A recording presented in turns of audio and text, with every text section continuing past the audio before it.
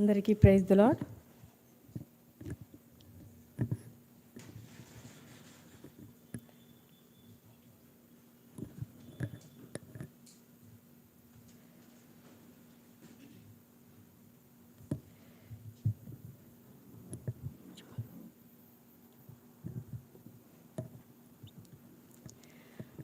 దేవుని నామంలో, యేసుక్రీస్తు నామంలో అందరికీ వందనం. నాకు ఈ అవకాశం ఇచ్చిన బెనర్జీ బ్రదర్కి, అదేవిధంగా సిస్టర్స్ అందరికీ కూడా యేసుక్రీస్తు నామంలో మరొకసారి ప్రైజ్ ది లార్డ్.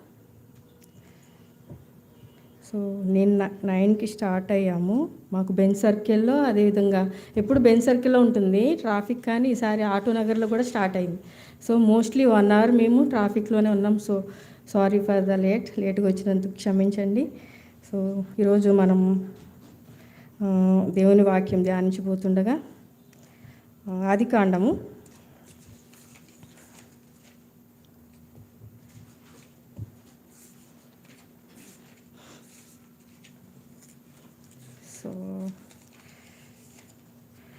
22వ అధ్యాయము 11వ వచనం అందరం కలిసి చదువుకుందాం. ఆదికాండము 22వ అధ్యాయము 11వ వచనం చదువుకుందామా?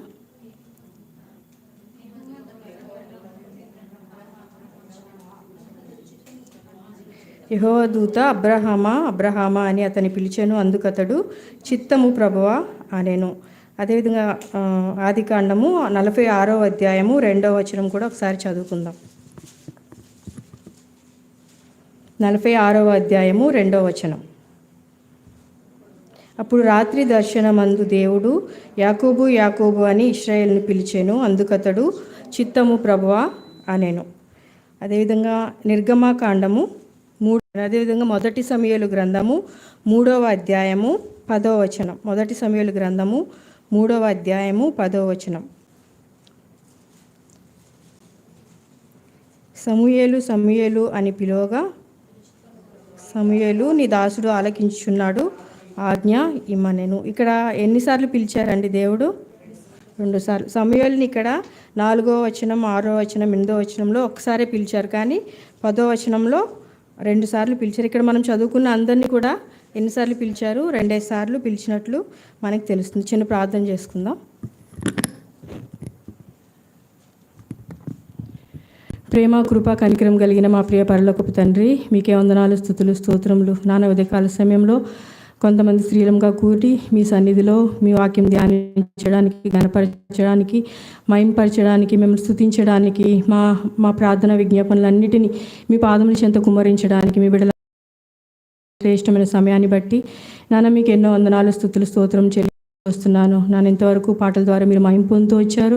అందుని బట్టి మీకు వందనాలు. వచ్చిన బిడ్డందరిని బట్టి మీకు ఎన్నో వందనాలు, స్తుతులు, స్తోత్రములు. ఎవరైతే రావాల్సి ఉందో, ఎవరైతే నాన్న మార్గ మధ్యలో ఉన్నారో, ఎవరైతే రావాలని ఆశ కలిగి నాన్న ఉన్నారో, వారందరికీ కూడా మీ సన్నిధికి వచ్చి మిమ్మల్ని స్తుతించడానికి, ప్రార్థించడానికి అనుకూలతను మీరు అనుగ్రహిస్తూ రావాల్సిందిగా ప్రార్థిస్తున్నాను. ఎవరైతే నాన్న రావాలని ఆశ ఉన్నా రాలేకపోయిన స్థితిలో ఉండి ఆన్లైన్లో వాచ్ చేస్తున్నారో, వాళ్ళందరినీ కూడా మీరు జ్ఞాపకం తెచ్చుకుంటారండి. నాన్న నిలబడబోతున్న నన్ను మీరు జ్ఞాపకం తెచ్చుకుంటారండి. నాన్న మట్టిదాన్ని ఎటువంటి అర్హత, ఎటువంటి యోగ్యత, ఎటువంటి మంచితనం లేనటువంటి దాన్ని మీ సన్నిధిలో ఒప్పుకుంటున్నాను. దయతో మీ మాటలు నా నోట్లో ఉంచుతున్నారండి. వ్యర్థమైన మాటలు, మీకు ఇష్టం లేని మాటలు ఏవి కూడా నా నోట్లోంచి రాకుండా నన్ను ఖాళీ చేయండి. మీ పరిశుద్ధాత్మ శక్తితో నన్ను మీ ఆధీనంలో ఉంచుకుంటారండి. నాన్న స్టార్టింగ్ నుంచి ఎండింగ్ వరకు కూడా మీ మహిమను, మీ ప్రభావమును, మీ ఆత్మ నడిపింపును మాతో ఉంచుతారమ్మని.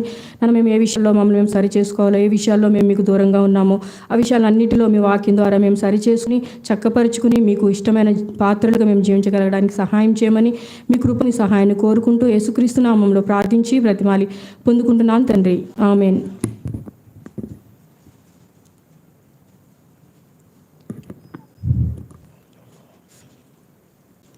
సో ఓకే అండి, ఇక్కడ అందరినీ యేసుక్రీస్తు దేవుడు, యెహోవా దేవుడు 2 టైమ్స్ పిలిచారు కదా. అంటే దేవుడు ఎవరైనా మనం ఒకసారి పిలిచినప్పుడు వాళ్ళు వెనకపోతే ఏం చేస్తాం? 2 సార్లు పిలుస్తాం. 2 సార్లు పిలిచామంటే అంటాం, 2 సార్లు పిలిచాను అయినా సరే నీకు వినిపించట్లేదా అని అంటాం. కోపం వస్తుంది, కొంచెం కోపం అనేది వస్తుంది. ఇక్కడ దేవుడు 2 సార్లు ఎందుకు పిలుస్తారంటే తన బిడ్డల్ని దేవునికి వాళ్ళ పట్ల ఏదైనా ప్రణాళిక ఉన్నట్లయితే దేవుని వాళ్ళని ఏదైనా ప్రత్యేకపరచాలి, వాళ్ళని ఏదైనా వాళ్ళ లైఫ్లో ఏదైనా మంచి చేయాలనుకున్నప్పుడు కానీ దేవుని ప్రణాళిక వారి పట్ల ఏదైనా సపరేట్గా ఉంటే వాళ్ళని ఎలా పిలుస్తారు. ఇంకా చాలామందిని కూడా దేవుడు పిలిచారు. యెహోవా దేవుడు క్రీస్తు ప్రభు వారు కూడా 2 times పిలిచిన వాళ్ళు చాలామంది ఉన్నారు. సో ఇక్కడ వీళ్ళని ఎందుకు పిలిచారంటే వీళ్ళు ఎవరి ప్రణాళికలో ఉన్నారు? దేవుని యొక్క ప్రణాళికలో ఉన్నారు. చూడండి, అబ్రహాంని ఎందుకు పిలిచారంటారు 2 times అబ్రామా అని? ఎందుకంటే అక్కడ ఏం జరుగుతుంది? అక్కడ తన కొడుకుని బలిగా ఇమ్మని చెప్పినప్పుడు అక్కడ అబ్రాహాము ఏం చేశాడు? తను యేసుక్రీస్తు దేవుడు పెట్టిన పరీక్షలో అబ్రాహాము గెలిచాడు. You pass the test, okay, ఇంకా నువ్వు నీ కుమారుని బలి ఇవ్వక్కర్లేదు అని చెప్పడానికి అబ్రామా అని 2 times పిలిచారనమాట. అదేవిధంగా ఇంకొకళ్ళు ఎవరిని పిలిచారు? యాకోబుని పిలిచారు. యాకోబు అని ఎందుకు పిలిచారంటే, సో ఇప్పటి వరకు నువ్వు ఒక సాధారణమైన వ్యక్తివి, you are an ordinary man. So ఇప్పటి నుంచి నేను ఏం చేస్తున్నాను? గొప్ప జనముగా చేస్తున్నాను. You have to become a leader. ఇప్పటి నుంచి ఒక నేషన్గా నువ్వు తయారవ్వాలని యాకోబు అని పిలవడం జరిగింది. అదేవిధంగా మోషే అని ఎందుకు పిలిచారు? మోషే అని ఎందుకు పిలిచారంటే, నా ప్రజలందరూ బానిసత్వంలో ఉన్నారు. సో వాళ్ళందరినీ నువ్వేం చేయాలి? నువ్వు వాళ్ళందరినీ విడిపించాలి, విమోచించి ఇక్కడి నుంచి బానిసలుగా, పాపం అనే బానిసంలో, ఐగుప్తు అనే బానిసలుగా ఉన్నారు. సో వాళ్ళందరినీ నువ్వు విడిపించడానికి ఎక్కడికి వెళ్ళాలి? ఫరో దగ్గరికి వెళ్ళాలి. సో అందుకని అక్కడ మోషేని పిలవడం జరిగింది. ఇంకోళ్ళు ఎవరు? సమూయేలు అని ఎందుకు పిలిచారు అంటే, ఎందుకు పిలిచారు? So you have to become my voice to my people. ఆ ప్రజలకి ఇప్పటి నుంచి ఎలా ఉండాలి? నువ్వు నా స్వరము నీ ద్వారా నా ప్రజలు వినాలి. అక్కడ ఎవరి మాట ఎవరు వింటలేదు? అక్కడ ఏలీ మాట ఎవరు వింటలేదు? వాళ్ళ కుమారులైనా హొప్ని, ఫినెహాసులు ఈవెన్ వాళ్ళే కాదు, కానీ అక్కడ ప్రజలు కూడా ఎవరు వినడం లేదు. సో ఇప్పటి నుంచి you have to become my own voice, నా స్వరంగా నువ్వు ఉండాలి అని చెప్పి ఎవరిని పిలిచారు? సమూయేలుని పిలవడం జరిగింది. సో లాస్ట్ వీక్ మనం సుజాత సిస్టర్ తీసుకున్నారు కదా సిస్టర్స్ మీటింగ్. ఏం వాక్యం ధ్యానించుకున్నాం మనం? మార్త గురించి ధ్యానించుకున్నాం. సో నేను లాస్ట్ టైం వచ్చినప్పుడు ఏ వాక్యం ధ్యానించుకున్నాం? చాలా కొన్ని మంత్స్ అయింది, చెప్పండి. వెరీ గుడ్,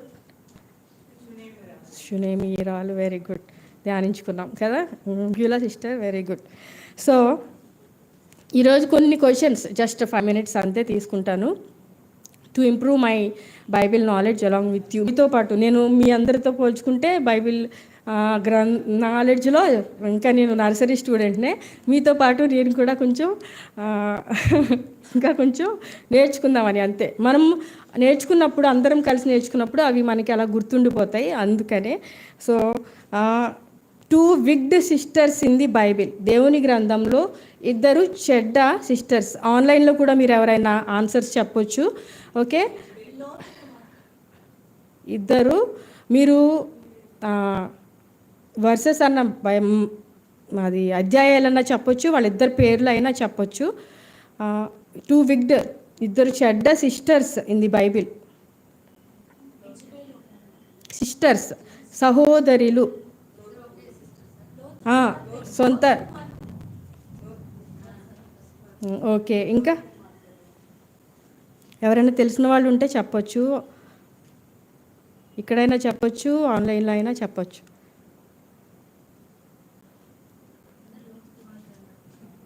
ఆన్లైన్లో కూడా అందరూ లోతు కుమార్తెలు అని పెడుతున్నారు. మంజు సిస్టర్, మీరు మైక్లో చెప్పండి. మీరు చెప్పలేకపోతే నేనే ఆన్సర్ చెప్తా. లోతు కుమార్తెలను మార్క్ మందిరానికే వస్తుంది. మార్క్ లోతు కుమార్తెలా? Okay, very good. నేను ఇంకొక ఆన్సర్ చెప్తాను. ఎస్కియేల్ గ్రంథము 23వ అధ్యాయము 1వ వచనం చదవండి.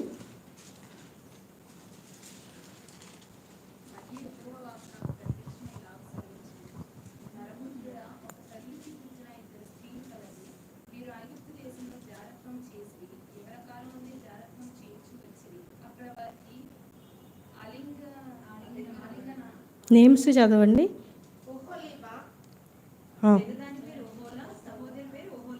ఎవరు వీళ్ళిద్దరు? 2 సహోదరులు, ఓహోలా, అండ్ ఒహోలీబామా. బైబిల్ గ్రంథంలో ఉన్న ఇద్దరు విగ్డ్ సిస్టర్స్, చెడ్డ సహోదరులు ఎవరంటే ఒహోలీబా, ఒహోలా. 2 good sisters in the Bible. దేవుని గ్రంథంలో ఇద్దరు మంచి సిస్టర్స్. వీళ్ళిద్దరూ అంట దేవుని మరణం వరకు వెంబడించారంట, సిలువ వరకు వెంబడించారు. వీళ్ళిద్దరు సిస్టర్స్. చెప్పండి, ఆన్సర్స్ తెలిస్తే చెప్పండి. వీళ్ళిద్దరు సహోదరులు, సిస్టర్స్.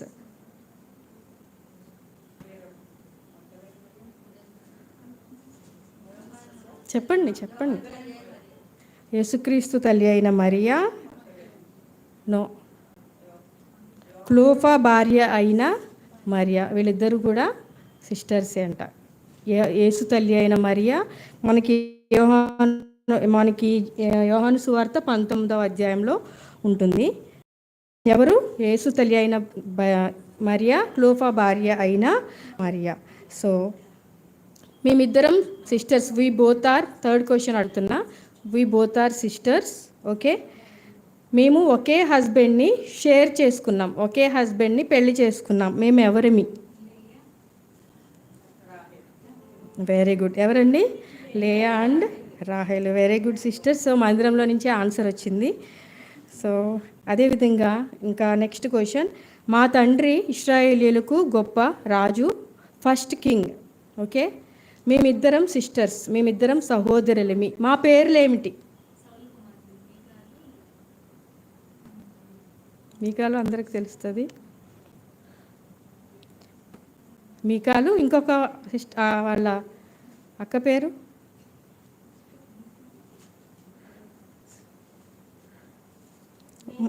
Very good. మీరు మొదటి సమూయేలు గ్రంథం 14వ అధ్యాయంలో ఉంటుంది. Very good. నెక్స్ట్,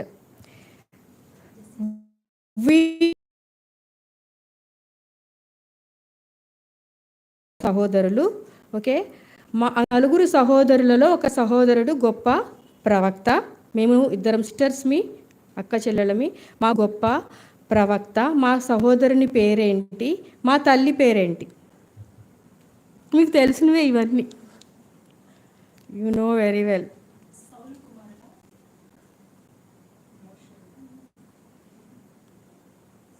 ఆల్రెడీ మొదటగా మనం చదువుకున్నాం చూడండి, అందులో నుంచే నేను తీసా అన్ని. మాకు నలుగురు సహోదరులు ఉన్నారు, మేమిద్దరం సిస్టర్స్. మా నలుగురు సహోదరులలో ఒక సహోదరుడు గొప్ప ప్రవక్త. Very good Manju sister, very good. So Samuel. మా తల్లి ఎవరు? Very good. So next one, we are sisters, we both are sisters. మేమిద్దరం సహోదరులమి. ఓకే, మా సహోదరుడు గొప్ప రాజు. మా సహోదరుడు గొప్ప రాజు. మేమెవరిమి? మా పేర్లేంటి? గొప్ప రాజు అనగానే మీకు ఐడియా వచ్చేయాలి. వాళ్ళిద్దరి పేర్లేంటి? సహోదరుల పేర్లు మీకు తెలుసు. సహోదరులు, సిస్టర్స్. మా బ్రదర్ గొప్ప రాజు, మేమిద్దరం సహోదరులమి, సిస్టర్స్. మా ఇద్దరి పేర్లేంటి? దావీదు,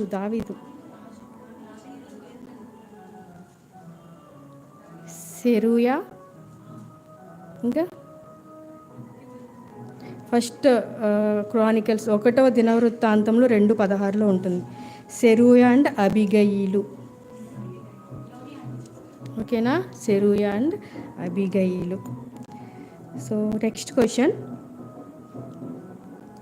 మేము ముగ్గురు సహోదరులం. ఎంతమంది? మేము ముగ్గురు సిస్టర్స్. We 3 are sisters. మాకు 7 సహోదరులు ఉన్నారు. ఎంతమంది సహోదరులు ఉన్నారు? 7 సహోదరులు ఉన్నారు. మేము చాలా అందంగా ఉంటాం. మేము మా బ్రదర్స్తో స్వాస్థ్యము పొందుకున్నాం. మేము ఎవరిమి? మా పేర్లేంటి?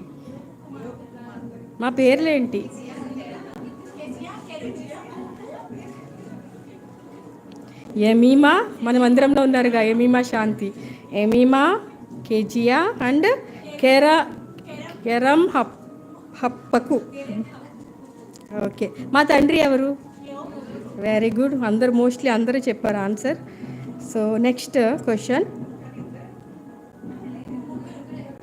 ముగ్గురు. మేమిద్దరం సహోదరులమి. మేము కుండ మార్పిడి వివాహం అంటే బ్రదర్స్, ఇద్దరు సిస్టర్స్ ఇద్దరు బ్రదర్స్ని చేసుకుంటారు కదా, మేము ఎవరిమి?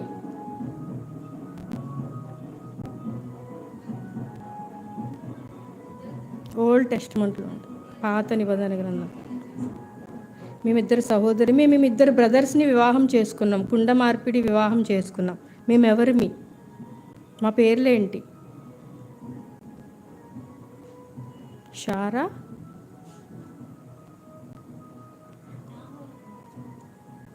పేర్లు వెరీ గుడ్. షారా అండ్ మిల్కా, వాళ్ళిద్దరు సహోదరులు. వాళ్ళిద్దరు ఎవరిని చేసుకున్నారు?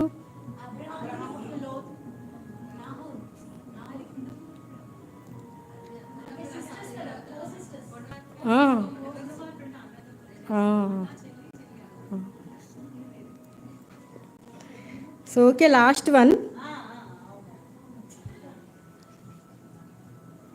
Last question. కుండ మార్పిడి కదా. Okay okay okay, sorry. So last question అడుగుతున్నాను. మేము దేవుని గ్రంథంలో చాలా ఫేమస్ అయిన సిస్టర్స్మి. దేవుడు చేసిన, యేసుక్రీస్తు ప్రభువారు చేసిన మిరాకిల్స్, ఆశ్చర్యకార్యాలు చెప్పినప్పుడు మా గురించి, మా ఫ్యామిలీ గురించి తప్పక మీరు జ్ఞాపకం చేసుకోండి. ఎవరు? మార్తా మరియా. మోస్ట్లీ మందిరంలో అందరూ ఆన్సర్ చెప్పారు, ఆన్లైన్లో కూడా అందరూ చెప్పారు అనుకుంటున్నాము. పార్టిసిపేట్ చేసిన అందరికీ కూడా చాలా చాలా thanks. So thank you, praise the Lord. So మనం ఇప్పుడు వాక్యం ధ్యానించుకుందాము. లూకా సువార్త 10వ అధ్యాయము 38వ వచనం. లూకా సువార్త 10వ అధ్యాయము 38వ వచనం.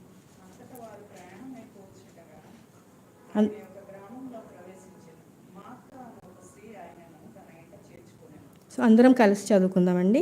అంతటి వారు ప్రయాణమైపోచుండగా ఆయన ఒక గ్రామంలో ప్రవేశించెను. మార్తా అను ఒక స్త్రీ ఆయనను తన ఇంట చేర్చుకునెను. ఆమెకు మరియా అను సహోదరి ఉండెను. ఈమె యేసు పాదముల యొద్ద కూర్చుండి ఆయన బోధ వినుచుండెను. మార్తా విస్తారమైన పని పెట్టుకున్నట్టు చేత తొందరపడి ఆయన ఎద్దుకు వచ్చి, ప్రభువా, నేను ఒంటరిగా పని చేయుటకు నా సహోదరి నన్ను విడిచిపెట్టినందున నీకు చింత లేదా?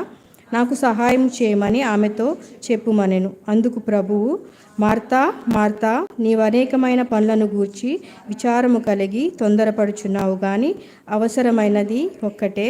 మరియ ఉత్తమమైన దానిని ఏర్పరచుకునేను, అది ఆమె యొద్ద నుండి తీసివేయబడదని ఆమెతో చెప్పాను. ఇక్కడ కూడా యేసుక్రీస్తు ప్రభువారు ఎన్నిసార్లు పిలిచారండి మార్తని?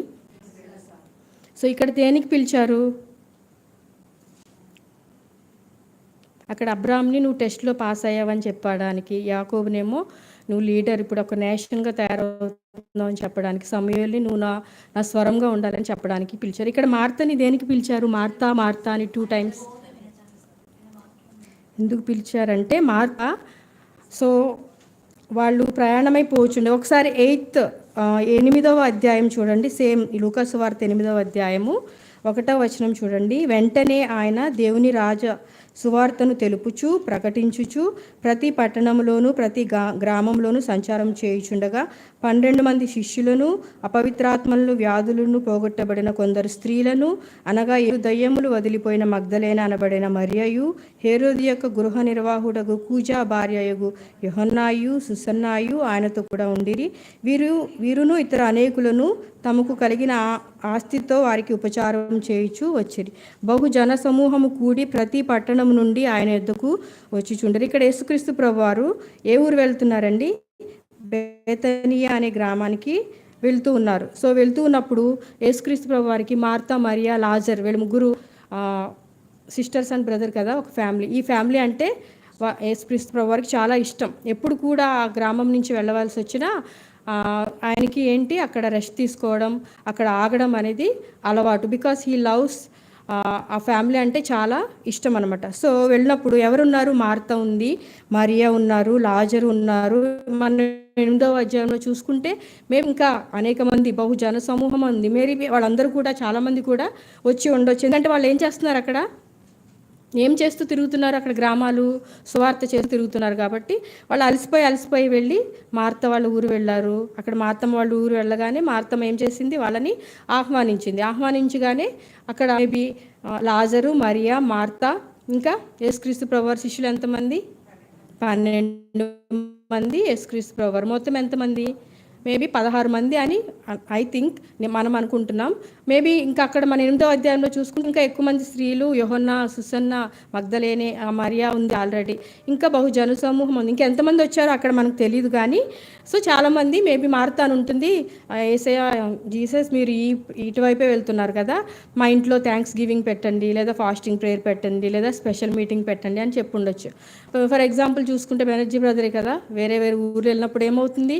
వాళ్ళు ఒక మీటింగ్కి వెళ్ళినప్పుడు వేరే వాళ్ళు చూసి ఈరోజు మా ఇంట్లో స్పెషల్ మీటింగ్ పెట్టండి. అలాగే యేసుక్రీస్తు ప్రభువారు గొప్ప ప్రవక్త, దేవుడు కాబట్టి మేబీ మార్త కూడా ఏమని ఉండొచ్చు? మా ఇంట్లో ఈరోజు థ్యాంక్స్ గివింగ్ కానీ ఫాస్టింగ్ ప్రేయర్ కానీ స్పెషల్ మీటింగ్ కానీ పెట్టండి అని చెప్పి ఉండొచ్చు. సో వెళ్ళారు. ఎంతమంది వెళ్ళారు అనేది మనకు తెలీదు. ఒకవేళ మనం అనుకున్న ప్రకారం అయితే మేబీ 16 మెంబర్స్ వెళ్ళి ఉండొచ్చు. సో వాళ్ళందరికీ మార్త ఏం చేయాలి? అక్కడ వంట చేయాలి కదా. సో ఎవరైనా దేవుని సేవకుడు కానీ దాసుడు కానీ ఎవరైనా మందిరం వాళ్ళు కానీ మనకి ఇష్టమైన రిలేటివ్స్ కానీ ఎవరైనా వస్తున్నప్పుడు ఏం చేయాలనుకుంటాం మనం? వాళ్ళకి స్పెషల్గా ఏదన్నా డిలీషియస్గా టేస్టీగా ఏదన్నా వాళ్ళకి ఇష్టమైనది పెట్టాలనుకుంటాం కదా. వాళ్ళు ఏం తింటారు? ఓకే, వాళ్ళు బ్రౌన్ రైస్ తింటారా, నార్మల్ రైస్ తింటారా, ఫ్రూట్స్ తింటారా, స్వీట్స్ తింటారా, అన్నీ కూడా ఆలోచించి కొంచెం టెన్షన్ పడి దాని ప్రకారం మనం ప్రిపేర్ చేస్తాం. సో మార్త కూడా ఇక్కడ ఏం చేస్తుందంటే, ఎక్కడుంది మార్త? కిచెన్లో ఉంది. మరియా ఎక్కడుంది? దేవుని దగ్గర ఉంది. సో మార్త కిచెన్లో ఉండడం, నువ్వు నన్ను ఆహ్వానించావు కానీ నువ్వు ఎక్కడున్నావు? కిచెన్లో ఉన్నావు. సో ఏమంటున్నారంటే, మార్త నువ్వు నాకు పరిచర్య చేస్తున్నాను అనుకుంటున్నా అని నువ్వేం చేస్తున్నావు? చూడండి ఇక్కడ మార్త విస్తారమైన పని పెట్టుకున్నట్టు చేత నీవు తొందరపడుచున్నావు, విస్తారమైన పని పెట్టుకున్నట్టు చేత నీవు విచారపడుచున్నావు అని దేవుడు చెప్తూ ఉన్నాడు. సో కిచెన్లో ఉండి పని చేయడం తప్ప? దేవునికి అక్కడ దేవుని బిడ్డలకి శిష్యులకి స్పెషల్గా వండి పెట్టాలి అనుకోవడం మార్త చేసిన తప్పు కాదా? మరి ఎందుకు దేవుడు చాలా పొలైట్గా చాలా కూల్గా గద్దిస్తున్నారు? మార్త నువ్వు అనేకమైన పనులు పెట్టుకుని విచారపడుతుంది. ఎందుకు గద్దిస్తున్నారు? మార్త తప్పులేందే.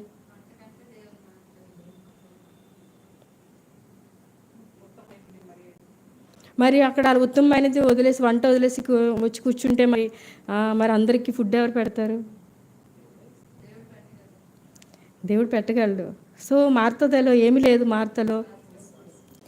మార్త ఏం పోగొట్టుకుందంటే, మీరు చదవద్దు, నేను చదువుతున్నాను. మత్తయి సువార్త 4:4 ఏమంటారు? మనుషుడు రొట్టె వలన కాదు కానీ దేవుని నోటి నుంచి వచ్చే మాట వలన జీవించును. అది మార్తకి తెలుసు. కానీ మార్త ఆ టెన్షన్లో అంతమందిని చూసి స్పెషల్గా నా యేసు ప్రభు వారికి స్పెషల్గా నేను చేయాలని చెప్పి ఏం చేసింది? అది మర్చిపోయింది. అదేవిధంగా అక్కడ మీటింగ్ జరిగింది కదా, కొండపైన ఒక పెద్ద మీటింగ్ జరిగింది. అక్కడ దేవుడు 5 రొట్టెలు 2 చేపలను ఎంతమందికి పంచిపెట్టారు? 5,000 మందికి పంచిపెట్టారు. అది కూడా మార్త తెలుసు. కానీ ఏం చేసింది? ఈ కంగారులో, ఈ విచారంలో, ఈ తొందరపాటులో మర్చిపోయింది. అదేవిధంగా యేసుక్రీస్తు ప్రభువారే అన్నారు, మొదట నా నీతిని నా రాజ్యమును వెతకండి, అంటే నా సన్నిధిలో ఉండండి, నన్ను వెతకండి అన్నారు.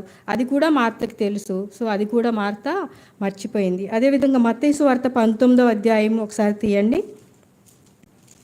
16వ వచనం అందరికీ తెలిసిందే మీకు.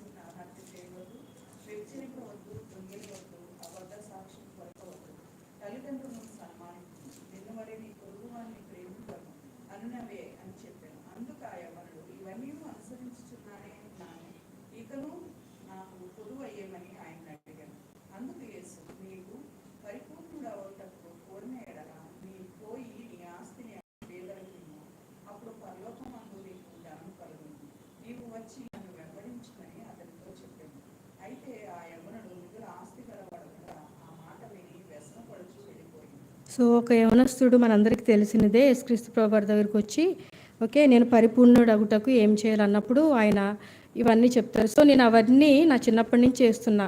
పేదవారికి సహాయం చేస్తున్నా, ఆజ్ఞలను పాటిస్తున్నా, నా తల్లిదండ్రులను సన్మానిస్తున్నా, ఎవరికి హాని చేయట్లేదు అని నన్ను. సో వెంబడించడం అంటే ఏంటి? వెంబడించడం అంటే మత్తయి సువార్త 22వ అధ్యాయము 37వ వచనం. మత్తయి సువార్త 22:37.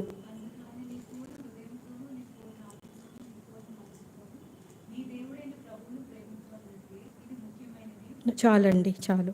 సో ఏంటి వెంబడించడం అంటే? ఆయనను ప్రేమించడం. నీ పూర్ణ ఆత్మతో, నీ పూర్ణ హృదయంతో, నీ పూర్ణ మనస్సుతో నీ దేవుడైన యెహోవాను హోల్ హార్టెడ్, సగం హార్ట్ ఇక్కడ, సగం ఇంకోవైపు సగం ఇంకోవైపు కాదు, నీ పూర్ణ ఆత్మతో నీ పూర్ణ హృదయంతో దేవుణ్ణి ప్రేమించడమే నువ్వు దేవుణ్ణి వెంబడించడం. ఇక్కడ యవనుడికి ఏమైందంటండి? ఎలా వెళ్ళిపోయాడు ఇంటికి తిరిగి? వ్యసనపడి, అంటే విచారంగా, సోరఫుల్ అని ఉంటుంది ఇంగ్లీష్లో, అంటే విచారంగా వెళ్ళిపోయాడు. ఎందుకు వెళ్ళిపోయాడు అంటే ఆయన దేన్ని ప్రేమిస్తున్నాడు?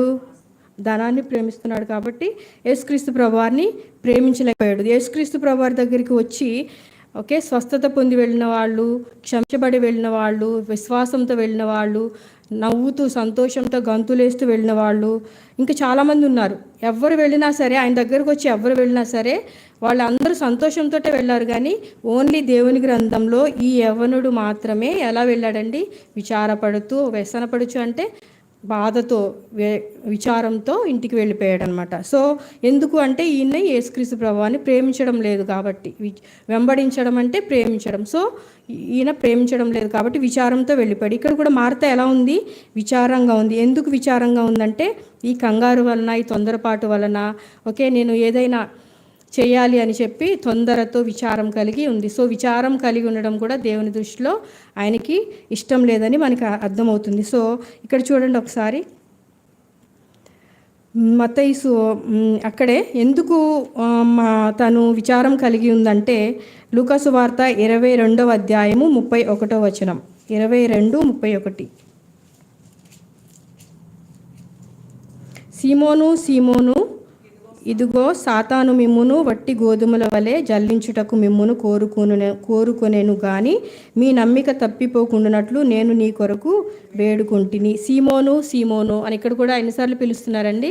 2 సార్లు పిలుస్తున్నారు. ఎందుకంటే ఇక్కడ సీమోను యొక్క నమ్మిక, విశ్వాసము తప్పిపోకుండా ఉండాలని పిలుస్తున్నారు. ఇక్కడ మార్తకు కూడా ఏమైంది?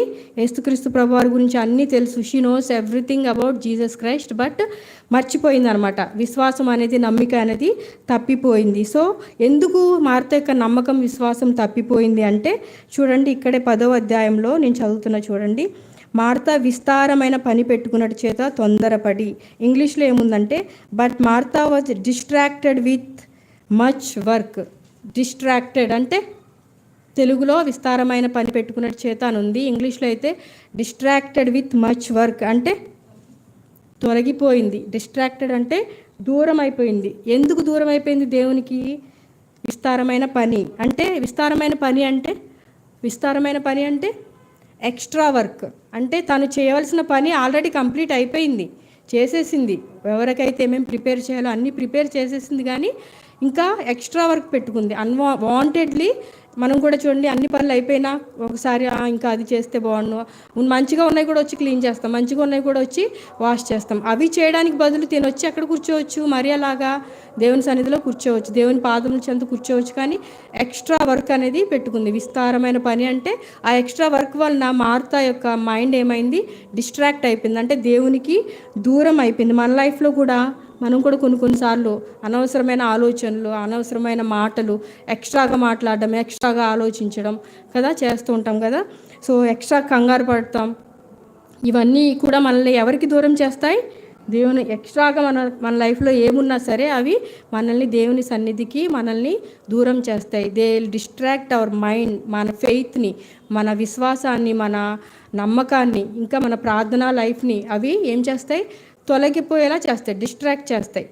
డిస్ట్రాక్టెడ్ అంటే what ever it may be, అది ఏమైనప్పటికీ దేవుని నుండి మనల్ని దూరం చేసేదే ఓకే, అది డిస్ట్రాక్ట్ అనమాట, దూరం తొలగిపోయేలా చేసేది. అది ఏమైనా సరే మనం దాన్ని విడిచిపెట్టాలి. ఎక్స్ట్రాగా ఎప్పుడు ఆలోచించకూడదు, ఎక్స్ట్రాగా ఎప్పుడు మాట్లాడకూడదు, ఎక్స్ట్రాగా ఎప్పుడు బిహేవ్ చేయకూడదు. ఎక్స్ట్రా వర్క్ అనేది కూడా first we have to give our first priority, first preference to God. తర్వాత పని చేసుకుంది, అంతా కంప్లీట్ అయింది, కానీ ఇంకేం పెట్టుకుంది, ఎక్స్ట్రా వర్క్ పెట్టుకోవడం వలన ఏమైంది, విస్తారమైన పని, ఇంగ్లీష్లో ఎక్స్ట్రా వర్క్ అని ఉంది. సో పెట్టుకోవడం వలన ఏమైంది, తన మైండ్ అనేది, తన ప్రేయర్ లైఫ్ అనేది ఏమైంది, డిస్ట్రాక్ట్ అయిపోయింది అనమాట. సో అదేవిధంగా మన మైండ్, మన ఫెయిత్ అనేది డిస్ట్రాక్ట్ అయినప్పుడు ఏమవుతుందంటే, ఓకే, ఏమవుతుందంటే మనలో కొన్ని లోపాలు కలుగుతాయి. కొన్ని లోపాలు అనేవి సాతాను తీసుకొస్తుంది. అవి ఏంటంటే చూడండి, మనం స్పిరిచువల్గా కానీ, మెంటల్లీగా కానీ, ఫిజికల్గా కానీ, ఆత్మీయంగా కానీ ఏమవుతామంటే డిస్ట్రాక్ట్ అయిపోతాం. ఒకసారి లూకా సువార్త 10వ అధ్యాయం 40లో ఒకసారి చదువుకుంటే చూడండి. మార్త విస్తారమైన పని పెట్టుకున్నట్టు చేసి తొందరపడి ఆయన యొద్దకు వచ్చి, ప్రభువును విడిచిపెట్టినందున నీకు చింత లేదా? వచ్చు, మరియా ఇటురా, నేను ఒక్కదాన్ని పనిచేస్తున్నాను కదా, ఒకసారి ఇటు వచ్చి కొంచెం నాకు హెల్ప్ చెయ్యి. ఫర్ ఎగ్జాంపుల్ చూడండి, ఏదైనా స్పెషల్ మీటింగ్స్ అనుకోండి, మందిరంలో ఎవరైతే ఏర్పాటు చేయబడ్డారో వాళ్ళు మార్నింగ్ వచ్చి వంట చేసి వెళ్ళిపోతారు, ఈవినింగ్ అయితే ఈవినింగ్ చేసి వెళ్ళిపోతారు. బట్ ఫాస్ట్ ప్రేయర్లో ఎలా చేస్తాం మనం? వచ్చి బ్రదర్ మెసేజ్ చెప్తారు కదా, ఏం మెసేజ్, ఫస్ట్ది ఒప్పుకోలు మెసేజ్ విని ప్రార్థన చేసి వెళ్ళి సగం వర్క్ చేసుకుని మళ్ళీ వచ్చి మళ్ళీ సెకండ్ మెసేజ్ విని మళ్ళీ వెళ్ళి మిగతా వర్క్ చేసుకుంటాం. ఒకవేళ చేయకపోతే ఏమవుతుంది, మేము సెకండ్ మెసేజ్ వినకుండా అక్కడే ఉంటే ఏమవుతుంది, బ్రదర్ పిలుస్తూ ఉంటారు, అక్కడ ఒక సిస్టరే ఉండండి, లేకపోతే అందరూ రండి, ఓకే, లేకపోతే ఇంకేం చెప్తారు, ప్రేయర్ చేసి వెళ్ళండి. అవును కదా, ఇక్కడ కూడా యేసుక్రీస్తు ప్రభువు అలాగే చెప్పారు, రైట్, మార్తా రా, ఫస్ట్ రా అని చెప్పారు. సో మనం కూడా అలా చేసినప్పుడు ఏమవుతుంది, ఎక్కువ మంది వచ్చారు, స్పెషల్గా ఏమైనా చేయాలి అనుకున్నప్పుడు మనం సెకండ్ మెసేజ్ వినకుండా అక్కడే ఉండిపోయి కట్ చేస్తూ ఉంటాం. అప్పుడు బ్రదర్ గ్యారంటీ పిలవడం జరిగింది చాలాసార్లు, రైట్. సో అలాగే ఇక్కడ ఈమె ఏం చేస్తుంది, నేను ఒక్కదాన్నే చేసుకుంటున్నాను, మార్త ప్లీజ్ రా, మనం స్పెషల్ చేయాలి కదా, ఏదైనా డెలిషియస్గా యేసుక్రీస్తు ప్రభువుకి చేయాలి కదా, రా అని చేయొచ్చు, ఓకే. కానీ ఏం చేస్తుంది, డైరెక్ట్గా ఎవరి దగ్గరికి వెళ్ళింది, యేసుక్రీస్తు ప్రభువు దగ్గరికి వెళ్ళి ఏమంటుంది, నా సహోదరి నన్ను విడిచిపెట్టినందున నీకు చింత లేదా? అంటే ఆమెలో ఏమొచ్చింది, తన మైండ్, తన ఫెయిత్ అనేది డిస్ట్రాక్ట్ అవ్వడం వల్ల ఏమొచ్చింది, తన సహోదరి మీద జలస్ అనేది వచ్చింది, ఏమొచ్చింది, అసూయ అనేది వచ్చిందనమాట. సో అసూయ రావడంతో ఏమైంది, వెళ్ళి యేసుక్రీస్తు ప్రభువుని అంటుంది, నీకు చింత లేదా, ఓకే, నేను ఒక్కదాన్నే చేసుకోవాలా, మరియా హాయిగా నీ దగ్గర కూర్చుంటుందా, హాయిగా రెస్ట్ తీసుకుంటుందా, హ్యాపీగా నీ మాటలు వింటుందా, నేను ఒక్కదాన్ని ఇక్కడ కష్టపడాలా అని చెప్పి ఇండైరెక్ట్గా తాను ఏం చేస్తుంది, హెచ్చించుకుంటుంది. మరియాని ఏం చేస్తుంది, మరియా మీద కంప్లైంట్ ఇస్తుంది, తనకి తాను కాంప్లిమెంట్ ఇచ్చుకుంటుంది. చూడండి నేను ఒక్కదానే చేస్తున్నా అని కాంప్లిమెంట్ ఇచ్చుకుంటుంది. మరియాని ఏం చేస్తుంది, ఆ అసూయతో మరియాని తగ్గిస్తుంది. అంతేకాకుండా కంప్లైంట్ చేస్తుంది దేవునికి. సో కంప్లైంట్ చేస్తున్నప్పుడు కానీ యేసుక్రీస్తు ప్రభువారు ఏమంటున్నారు, మరియా ఉత్తమమైన దానిని ఎన్నుకుంది. యేసుక్రీస్తు ప్రభువారు మరియాకి కాంప్లిమెంట్ ఇస్తున్నారు, ఓకే, మార్తకి ఇస్తున్నారా? లేదు. ఎందుకంటే ఆమె ఎక్కడ కూర్చుంది, దేవుని పాదాల దగ్గర కూర్చుంది. సో జలస్, మన మైండ్ అనేది, మన ప్రేయర్ లైఫ్ అనేది డిస్ట్రాక్ట్ అవ్వడం వల్ల ఏమవుతుందంటే మనకి ఫస్ట్ నమ్మకం, విశ్వాసం అనేది పోతుంది. దేవుడు ఏదైనా చేయగలడు, కానీ మార్తకి ఏమైంది, ఆ నమ్మకం పోయింది. రెండవదికి ఏమైంది, తనకి మైండ్లో ఏమైనా వచ్చింది, జలసీ అనేది వచ్చింది, అసూయ, తన సహోదరి పట్ల అసూయ అనేది వచ్చింది. ఆ కుటుంబంలో పెద్దది ఎల్డర్ సిస్టర్ అనమాట మార్త, హోమ్ మినిస్టర్, ఆ ఇంట్లో ప్రతిదీ చూసుకోవాల్సింది తనే. అంతేకాకుండా చాలా ఫెయిత్ఫుల్ ఉమెన్. అంటే ఎలా చెప్పచ్చు అంటే, లాజరు చనిపోయినప్పుడు పరిగెట్టుకుంటూ వెళ్తుంది దేవుని దగ్గరికి, వెళ్ళి ఏమంటుంది, నీవు ఇక్కడ ఉన్నట్లయితే యేసుక్రీస్తు ప్రభువారు అలా నెమ్మదిగా గద్దించడం వలన అక్కడికి వెళ్ళిన తర్వాత ఫస్ట్ ఎవరు వెళ్ళారు, మరియా వెళ్ళలేదు, మార్తనే వెళ్ళింది. సో చాలా ఫెయిత్ఫుల్ విమెన్, చాలా బ్రేవ్, చాలా ధైర్యవంతురాలు అని కూడా చాలా ఉపచారం చేసేదంట. యేసుక్రీస్తు ప్రభువారికి కాదు కానీ ఒక చాట్ ఉంటుంది, మార్త ఉపచారం చేసేను అని ఉంటుంది. సో అటువంటి మార్త అమ్మకి ఏమైంది, అసూయ అనేది వచ్చిందంట. ఎందుకు వచ్చిందంటే తన మైండ్ అనేది, తన మనసు అనేది డిస్ట్రాక్ట్ అవ్వడం వలన వచ్చింది. చూడండి సౌలు దావీదును కూడా మనం చూసుకుంటే అక్కడ కూడా సౌలుకి ఏమైంది, దావీదు మీద అసూయ అనేది వచ్చింది. ఎందుకు వచ్చింది అసూయ అనేది, అక్కడ గొలియాతును చంపినప్పుడు అక్కడ ప్రజలందరూ ఏమన్నారు, సౌలు నీవు 1000 కొలది, దావీదు నువ్వు 10,000 కొలది అన్నారు. అన్నారు. సో సౌలు అంటే ఎంతమంది రాజులతో సమానం అంటే 1000 మంది రాజులతోటే నువ్వు సమానం. దావీదు ఎంతమంది రాజులతో సమానం? 10,000 మంది రాజులతో సమానం. యాజ్ ఎ కింగ్, ఒక రాజు దగ్గర ఒక గొర్రెల కాపరి, ఒక చిన్న బాలుడిని నువ్వు 10,000 మందితో సమానం, నువ్వు 1000 మంది రాజులతోనే సమానం అంటే ఒక కింగ్ అయి ఉండి కోపం వస్తుందా రాదా? అసూయ వస్తుందా రాదా? వస్తుంది. ఇట్స్ అ హ్యూమన్ టెండెన్సీ, మనుషుని యొక్క స్వభావం అది కదా. సో అలాగే సౌలుకు కూడా వచ్చింది. అక్కడ దేవుడు సౌలుకి పెట్టిన పరీక్ష అది. సో ఆ పెట్టిన పరీక్షలో సౌలు నెగ్గాడా? ఆ పెట్టిన పరీక్షలో సౌలుకి ఏమొచ్చింది? అసూయ వచ్చింది. అసూయ రావడంతో దేవుని కృప అనేది ఆయన్ని విడిచిపెట్టేసింది అనమాట. సో మన లైఫ్లో కూడా అసూయ అనేది మనకి ఎప్పుడు కూడా రాకూడదు. ఓకే, చూడండి, ఆ అసూయ రావడం వలన అప్పటి నుంచి సౌలు దావీదు మీద విషపు చూపు చూడడం స్టార్ట్ చేశాడు. చంపడానికి ఎన్ని స్కెచెస్, ఎన్ని ప్లాన్స్ మనందరికీ తెలిసిందే కదా. సో మన లైఫ్లో కూడా ఎప్పుడు కూడా మన లైఫ్లో అసూయ అనేది మనం ఎప్పుడు కూడా పెట్టుకోకూడదు. వాళ్ళు బాగా పాడుతున్నారు, వాళ్ళు బాగా పరిచయం చేస్తున్నారు, వాళ్ళు మంచిగా వస్తున్నారు, ఓకే, వాళ్ళు మందిరంలోనే ఉంటారు, వాళ్ళు పరిచర్య చేస్తారు. దేవుడికి అన్నీ తెలుసు. ఎవరు భారంతో పరిచర్య చేస్తున్నారు, ఎవరు భారంతో దేవుని మందిరానికి ఇతరులు నడిపిస్తున్నారు, ఎవరు సేవకులతో కష్టపడి పరిచర్య చేస్తున్నారు, ఎవరు ప్రేయర్ చేస్తున్నారు, చైన్ ప్రేయర్లు ఎంతమంది భారంగా చేస్తున్నారు. మీ పర్సనల్ ప్రేయర్లో కూడా చాలామంది మనకు తెలియదు. పర్సనల్ ప్రేయర్లో చాలామంది 3 o'clock లేసి 4 o'clock లేసి మన సంఘం కోసం, ఇతరుల కోసం ప్రేయర్ చేసే వాళ్ళు చాలామంది ఉంటారు. But we don't know the names కదా. కానీ అలా రహస్యంగా అన్నీ కూడా he knows everything, God knows everything. ఆయనకి మరుగైనది ఏదీ లేదు. సమస్తమును ఆయనకు తేటగా కనపడు. నీవు భారంతో, ఆత్మతో, సత్యంతో పరిచయం చేస్తున్నట్లయితే నిన్ను ఎవరు మెచ్చుకుంటారు? దేవుడే మెచ్చుకుంటాడు. దేవుడు మెచ్చుకునేవాడే యోగ్యుడు కానీ, ప్రభువు మెచ్చుకునేవాడే యోగ్యుడు కానీ, మనం మెచ్చుకుంటే అది మియర్లీ వేస్ట్ అనమాట. సో ఇక్కడ మార్తా తను మెచ్చుకుంటుంది, మరియా మీద కంప్లైంట్ చేస్తుంది. కానీ యేసుక్రీస్తు ప్రభువారు ఏం చేస్తున్నారు? మరియా ఉత్తమమైన దాన్ని ఎన్నుకుంది అని మరియాకి ఒక కాంప్లిమెంట్ అనేది ఇస్తున్నారు, ఒక బహుమతి అనేది, గిఫ్ట్ అనేది ఇస్తూ ఉన్నారు. సో అదేవిధంగా అపోస్తుల కార్యములు 9వ అధ్యాయము 4వ వచనం చదవండి.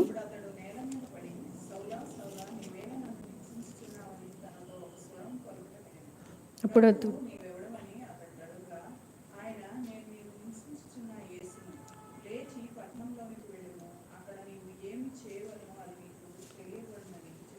చాలు సిస్టర్. అప్పుడు అతడు నేల మీద పడి, సౌలా సౌలా నీవెందుకు నన్ను హింసించుచున్నావు? ఎన్నిసార్లు పిలిచారండి ఇక్కడ?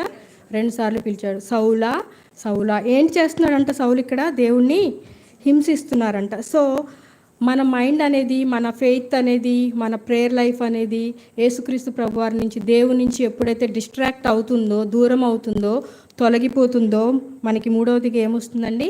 మనం ఇతరులని హింసించడం అంటే చంపేయడము, నరికేయడము, హత్య చేయడము, బూత్ మాటలు మాట్లాడడము, ఓకే, అది మాత్రమే కాదు. హింసించడం అంటే 1 తిమోతి 1:12 ఏమంటాడు సౌలు? నేను మునుపు ఫస్ట్ ఏమంటాడు? మునుపు నేను, చూడండి 1:12 ఫస్ట్ చాలు మంచి సిస్టర్. ఫస్ట్ ఏంటి? దూషకుడను. దూషించడం అంటే ఏంటి? తిట్టడం, ఇంకా బూతులు మాట్లాడడం, ఇంకా అబద్ధాలు చెప్పడం, ఇంకా నిందించడం, ఇంకా ఇన్సల్ట్ చేయడం, ఇంకా ఇతరులను తక్కువ చేసి మాట్లాడడం, ఇంకా అబద్ధ సాక్ష్యం చెప్పడం, ఇవన్నీ కూడా దూషణలోనికే వస్తాయి. దూషణ అంటే ఓన్లీ బూత్ మాటలు, ఫిల్తీ అబ్యూజ్ లాంగ్వేజ్ మాట్లాడడమే కాదు. కానీ నువ్వు నీ సహోదరుని, నీ సహోదరిని నిందించినా, ఇన్సల్ట్ చేసినా, వాళ్ళ మీద అబద్ధ సాక్ష్యం చెప్పినా కూడా అదేంటి? దూషించడమే. మనం ఇతరులను ఎవరినైనా ఇన్సల్ట్ చేస్తున్నామంటే, నిందిస్తున్నామంటే, వాళ్ళ మీద అబద్ధ సాక్ష్యం చెప్తున్నామంటే, వాళ్ళని ఇంకా తక్కువ చేసి మాట్లాడుతున్నామంటే అది అంతా కూడా దూషించడం కిందే వస్తుంది. సౌలా సౌలా నీవు నన్నేలా హింసించుచున్నావు. సో మన లైఫ్లో కూడా ఎవరైనా మనకేమైనా చెప్పినా మనం ఏం చేయాలి? దాని గురించి మనం ప్రేయర్ చేసే వాళ్ళగా ఉండాలి. అదేవిధంగా ఉన్నవి లేనట్టు కూడా చెప్పే గాసిప్స్ అంటారు కదా, అవి చూడలేదు కానీ వెళ్ళి ఇదిగో నేను చూశాను అని చెప్పడం, వినలేదు కానీ వెళ్ళి ఇదిగో నేను విన్నాను, ఒకటి చెప్తే దానికి 2 యాడ్ చేసి చెప్పడం. సో ఇలాంటివన్నీ కూడా మన లైఫ్లోకి, మన మైండ్లోకి వచ్చేస్తాయి. ఎప్పుడు వచ్చేస్తాయి? ఎప్పుడైతే మన మైండ్ అనేది ఎక్స్ట్రా వర్క్తో, ఎక్స్ట్రా థింకింగ్తో డిస్ట్రాక్ట్ అయిపోతుందో అప్పుడు ఏమొస్తుంది, మనం దూషించేవారుగా, ఇతరులను నిందించేవారుగా, ఇతరులకు హాని చేసేవారుగా ఉంటామని దేవుని వాక్యం సెలవిస్తూ ఉంది. సో ఫస్ట్గా ఏంటంటే మరియా మైండ్ డిస్ట్రాక్ట్ అవ్వడం వల్ల ఏమైంది, తన అవిశ్వాసం వచ్చింది, విశ్వాసం కోల్పోయింది. రెండవదిగా అసూయ వచ్చింది. మూడవదిగా దూషించేలాగా, అంటే ఇక్కడ మనకేమీ డైరెక్ట్గా ఇవ్వలేదు, కానీ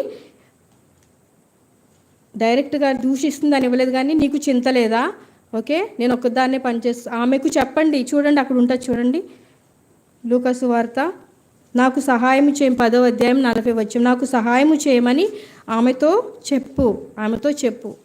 దేవునికి తెలియదా? మేబీ అనుకుని ఉంటుంది, నేను ఇలా చెప్తే తప్పకుండా మరియా వెళ్ళు, ఏంటి మార్త ఒక్కటే పని చేస్తుండే నువ్వు వెళ్ళట్లేదేంటి అంటారు అని మార్త అనుకుని ఉంటుంది. కానీ యేసుక్రీస్తు ప్రభువారు ఏమీ అనలేదు అక్కడ. మరియా ఉత్తమమైన దానిని ఎన్నుకుంది అంటే తను ఆర్డర్ పాస్ చేస్తుంది, కమాండ్ చేస్తుంది. చెప్పు, ఆమెకు చెప్పు, పని చేయమని, నాకు హెల్ప్ చేయమని అంటూ ఉందన్నమాట. సో కానీ ఆర్డర్ చేసేదిగా, కమాండ్ చేసేదిగా, తన సహోదరిని కొంచెం తగ్గించి మాట్లాడేదిగా ఉంటుందన్నమాట. సో మన లైఫ్లో కూడా మనం మైండ్ డిస్ట్రాక్ట్ అవ్వడం వలన మనకి జలస్ వస్తుంది, అసూయ వస్తుంది, విశ్వాసం, నమ్మకం కోల్పోతాం, ఇతరులకు హాని చేసేవారిగా మనం బిహేవ్ చేస్తాం. అదేవిధంగా మత్తయి సువార్త 27వ అధ్యాయము 45వ వచనం చూడండి. 27:45.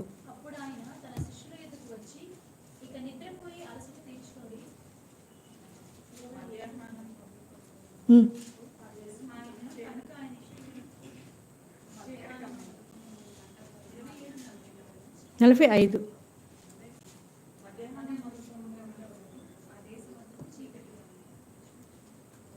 లేదా ఏలీ ఏలీ లామా సబక్తాని అని. 3 గంటలప్పుడు యేసు ఏలీ ఏలీ లామా సబక్తాని బిగ్గరగా కేకవేసెను. ఆ మాటకు నా దేవా నా దేవా నన్ను ఎందుకు చేయుచున్నావు. ఎన్నిసార్లు పిలుస్తున్నారండి దేవుణ్ణి?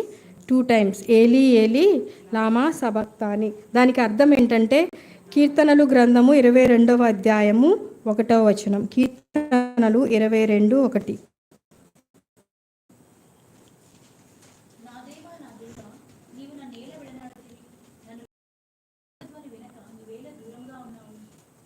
చాలు.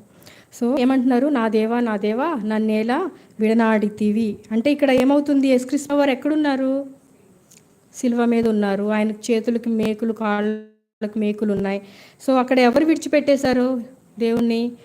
యెహోవా దేవుడు విడిచిపెట్టేశారు. ఎందుకు విడిచిపెట్టేశారు? యేసుక్రీస్తు వారు ఎన్నో అద్భుతాలు చేశారు కదా. సో అద్భుతాలు చేసినప్పుడు ఆయన కూడా ఆ మేకులు తీసేసుకుని కిందకు వచ్చి ఆ శిలువ అటు ఇటు ఉన్న దొంగలను కూడా విడిపించవచ్చు కదా. కానీ ఆయన అలా చేయకుండా ఏం చేస్తున్నారు? నా దేవా నా దేవా నన్ను ఎందుకు విడిచిపెట్టేశావు అంటే ఆయన దగ్గర ఇప్పుడు ఏమీ చేయడానికి శక్తి లేదనమాట. శక్తి అంతా ఎవరు తీసేసుకున్నారు? దేవుడు తీసేసుకున్నాడు. ఇంతకు ముందు ఇచ్చిన శక్తి అంతా కూడా ఎవరు తీసేసుకున్నారు? ఎందుకు తీసేసుకున్నారు? ఎందుకు దేవుడు తీసేసుకున్నారు? యేసుక్రీస్తు ప్రభువారు ఎందుకు రాలేకపోతున్నారు ఆ శిలువ మీద నుంచి? ఎన్నో అద్భుతాలు చేసిన ఆయన తాను ఎందుకు రక్షించుకోలేకపోతున్నారు? తండ్రిపై ఎందుకు ఆధారపడుతున్నారు? ఏలీ ఏలీ నా దేవా నా దేవా అని ఎందుకు పిలుస్తున్నారు? ఎందుకంటే ఒకసారి ఒక దైవజనుడు ఇలా చెప్పాడు, నేను మొన్ననే చదివాను. సో నంబర్స్, సంఖ్యాకాండంలో మనం చాలా అధ్యాయాలు ఉన్నాయి. సంఖ్యాకాండం 16వ అధ్యాయము 32వ వచనం.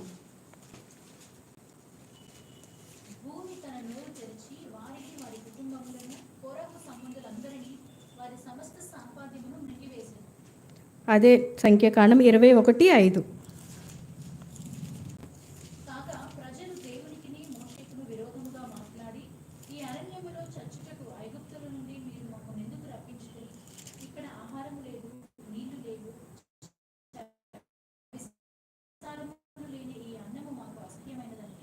ఓకే చాలు.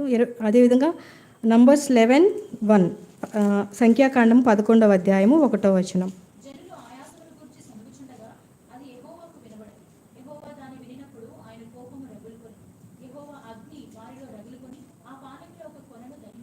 చాలు. సో ఇంకా చాలా మన సంఖ్యాకాండంలో చూసుకుంటే చాలా ఉన్నాయి. వాళ్ళు ఏం చేస్తున్నారండి, మోషేకి అహరోనికి అదేవిధంగా సణుక్కుంటున్నారు, విరోధంగా మాట్లాడుకుంటున్నారు, గొణుక్కుంటున్నారు. సో అప్పుడు యెహోవా దేవుడు ఏం చేశారు, అప్పుడు ఎలా ఉండేది పనిష్మెంట్, జడ్జిమెంట్ అనేది ఎలా ఉండేది, చాలా ఇమీడియట్గా, ఇన్స్టెంట్గా, చాలా హార్ష్గా, చాలా హార్డ్గా ఉండేది. ఇమీడియట్ జడ్జిమెంట్ ఉండేది అనమాట. చాలా ఫాస్ట్గా, క్విక్లీ నేల విడిపోయింది, ఆ అగ్నితో కాల్చివేయబడ్డారు, చాలా త్వరగా పనిష్మెంట్ ఉండేదన్నమాట. సో అదే పనిష్మెంట్ని సిలువ మీద ఉన్న యేసుక్రీస్తు ప్రభు వారికి యెహోవా దేవుడు అమలు చేశారు. ఎందుకంటే ఇప్పుడు యేసుక్రీస్తు ప్రభు వారి మీద ఏమున్నాయి, ఆయన పైన ఏం కనిపిస్తున్నాయి, మనందరి పాపాలు కనిపిస్తున్నాయి. యెహోవా దేవుడికి ఆయన ఎలాంటి దేవుడు, ఇమీడియట్గా పనిష్మెంట్ ఇచ్చే దేవుడు, ఇమీడియట్గా చాలా హార్ష్గా పనిష్మెంట్ ఇచ్చే దేవుడు. కాబట్టి విరోధంగా మాట్లాడితేనే, సణుక్కుంటేనే అంట వాళ్ళకి చాలా హార్ష్ పనిష్మెంట్ ఇచ్చారంట. అలాంటిది ఇప్పుడు యేసుక్రీస్తు ప్రభు వారి మీద సిలువ మీద ఏమున్నాయి, ఎన్ని పాపాలు, మనందరి పాపాలు ఆయన మీద ఉన్నాయి కదా. అవన్నీ చూసినప్పుడు అంట యెహోవా దేవుడికి వెంటనే ఆయన తన హీ టర్న్డ్ బ్యాక్ ఇమీడియట్లీ. ఏం చేశారు, చూడగానే వెంటనే తన ముఖాన్ని తిప్పేసుకుని he went off from there, అక్కడి నుంచి వెళ్ళిపోయారు. ఎందుకంటే ఆయన మన పాపాలని ఆయన మీద, యేసుక్రీస్తు ప్రభు వారి మీద చూడలేకపోవడం వల్ల వెంటనే అక్కడి నుంచి వెళ్ళిపోవడం జరిగింది. సో అలా వెళ్ళిపోవడం వల్ల ఏమంటున్నారు, దేవా దేవా నా చేయి ఎలా విడిచితివి అంటూ ఉన్నారు. సో అప్పుడు యెహోవా దేవుడు అయితే వెంటనే పనిష్మెంట్ ఇచ్చేవారు. కానీ మన దేవుడు కృపగల దేవుడు, యేసుక్రీస్తు ప్రభు వారు కృపగల దేవుడు, మనందరి పాపాల కొరకు సిలువ మీద ఉన్నారు. కాబట్టి ఆయన క్షమించే దేవుడు, క్షమించడానికి సిద్ధమైన మనసు కలిగిన దేవుడు. దుష్టుడు నశించిపోవటం ఆయనకి ఏమాత్రము ఇష్టం లేదు. కాబట్టి మార్తా అని చాలా స్మూత్గా, చాలా కూల్గా, చాలా పొలైట్గా పిలిచారు.